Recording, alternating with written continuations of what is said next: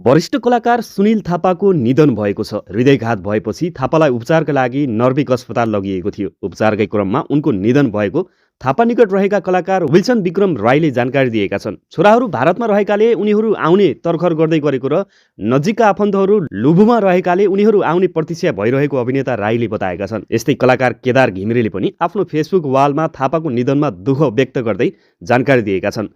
थापा लामो समयदेखि नेपाली र भारतीय चलचित्र उद्योगमा सक्रिय थिए। वरिष्ठ कलाकार सुनिल थापाको निधन भएको छ। हृदयघात भएपछि थापालाई उपचारका लागि नर्भिक अस्पताल लगिएको थियो। उपचारकै क्रममा उनको निधन भएको थापा निकट रहेका कलाकार विल्सन विक्रम राईले जानकारी दिएका छन्। छोराहरू भारतमा रहेकाले उनीहरू आउने तर्खर गर्दै गरेको र नजिकका आफन्तहरू लुभुमा रहेकाले उनीहरू आउने प्रतीक्षा भइरहेको अभिनेता राईले बताएका छन्। यस्तै कलाकार केदार घिमिरेले पनि आफ्नो फेसबुक वालमा थापाको निधनमा दुःख व्यक्त गर्दै जानकारी दिएका छन्।